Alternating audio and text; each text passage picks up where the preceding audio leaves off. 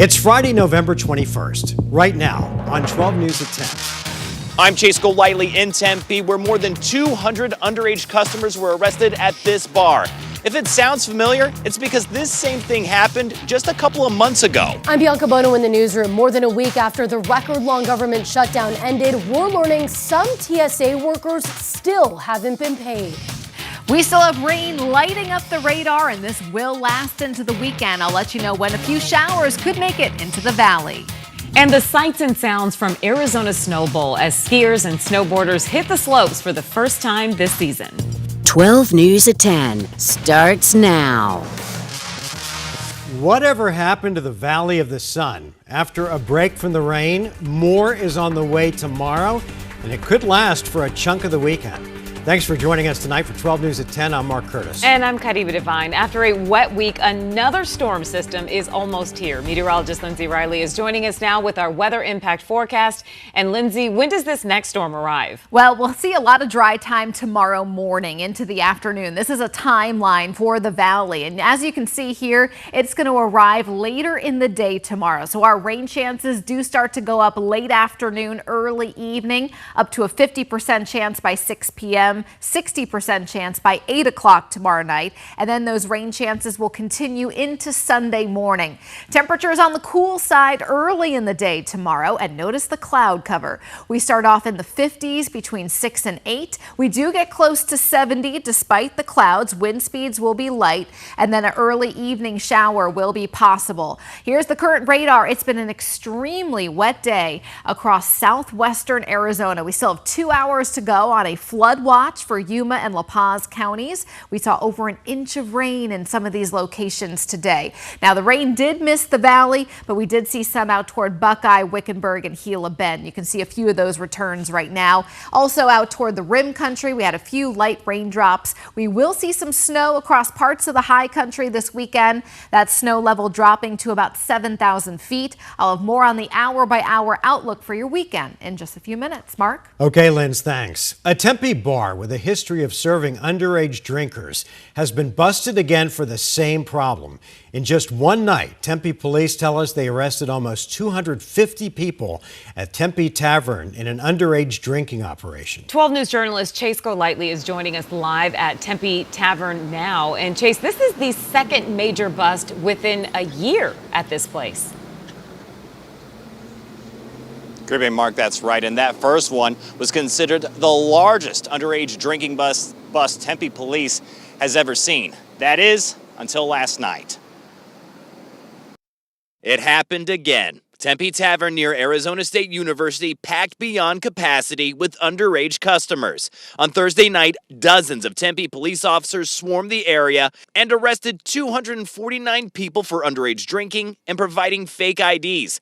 It's the largest underage drinking bust Tempe police has ever seen. The second largest bust, also at Tempe Tavern. That one happened not even a year ago. In April, police arrested 167 minors for the same thing, underage drinking and providing fake IDs. In this case, the State Department of Liquor Licenses and Control cited Tempe Tavern for accepting fake IDs, failing to protect the safety of patrons, and more. Writing, the high number of underage individuals and the acceptance of unauthorized identification indicate a significant failure by the establishment. Then you had another bust in February of this year, where 2 Tempe Tavern workers were arrested for serving booze to minors and accepting fake IDs. I called Tempe Tavern's owner to see if he wants to talk about this latest bust, but he didn't answer. So, Chase, after another major bust, a lot of people thought they'd lose their license the first time. Is this the last straw? Do they lose their license now? Mark, that really is the big question. I did contact the state liquor department right after the announcement was made, and they said that is a complicated process. They said right now they are waiting for Tempe PD to finish its investigation. From there, they will review the case. But with all that said, I was told that the state liquor department will really consider revoking Tempe Tavern's liquor license after everything that's happened here. So for right now, we'll just have to wait and see. All right. Chase Golightly reporting live from Tempe. Thanks, Chase.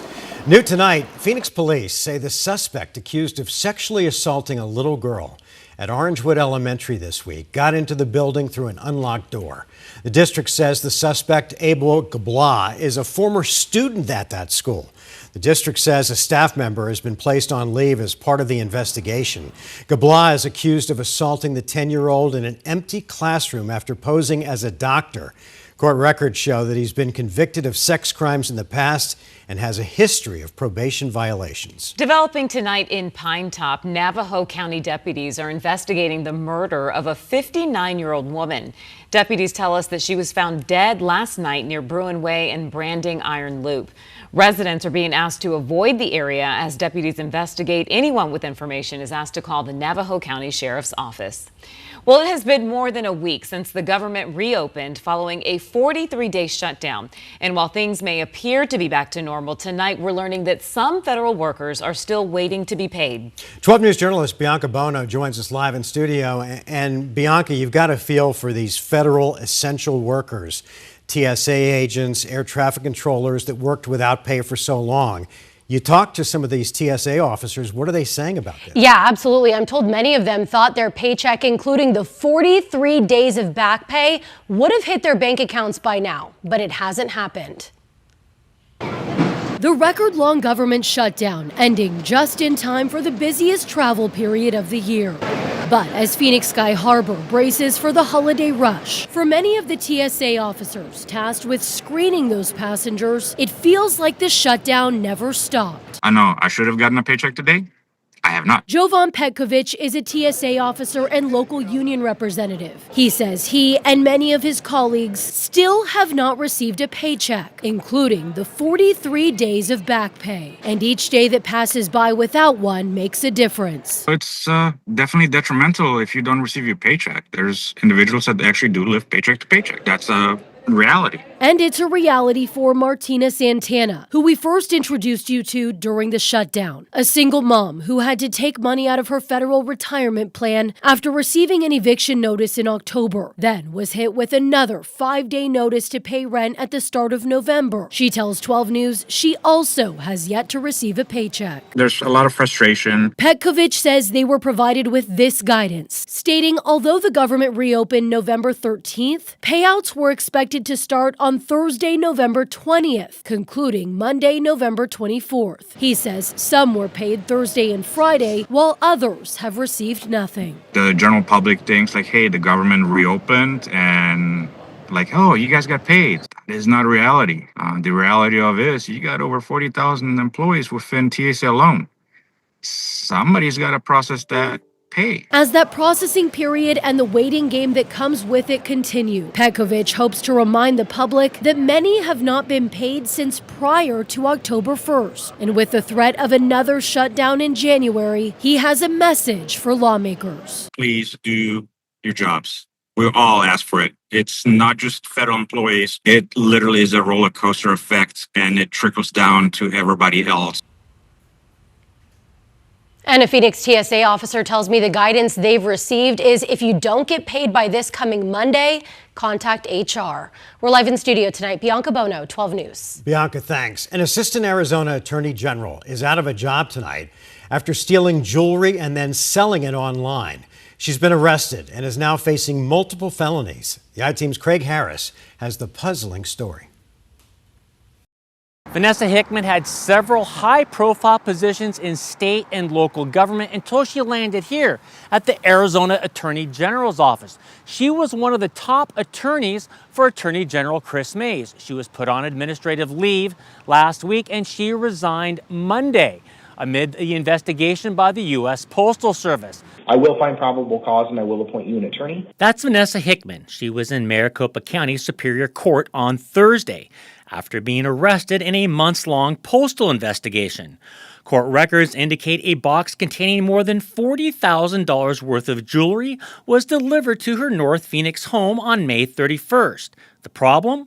It was supposed to go to a neighbor who lived a short walk away.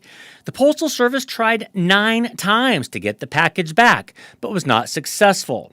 When a postal inspector finally got a hold of Hickman, who makes $181,500 a year as an assistant AG, she told them she ran a side business on this website called Poshmark, and she receives a lot of packages. The postal inspector asked her to look for the box and give it to her neighbor. However, the investigation alleges that Hickman didn't return everything. Instead, records allege Hickman sold one of the bracelets for $750. She was then arrested on Wednesday and appeared in court on Thursday. She faces 2 felonies of theft and trafficking stolen property. We tried to contact Hickman at her home on Friday. We were unsuccessful. Her neighbor, who was supposed to receive the package, was out of town and declined to comment. Attorney General Chris Mays also declined to comment on camera. Her office sent this statement. Attorney General Mays believes that every individual is entitled to due process, but also that justice must be served. The allegations against Ms. Hickman are serious for any state employee, particularly someone in a leadership position.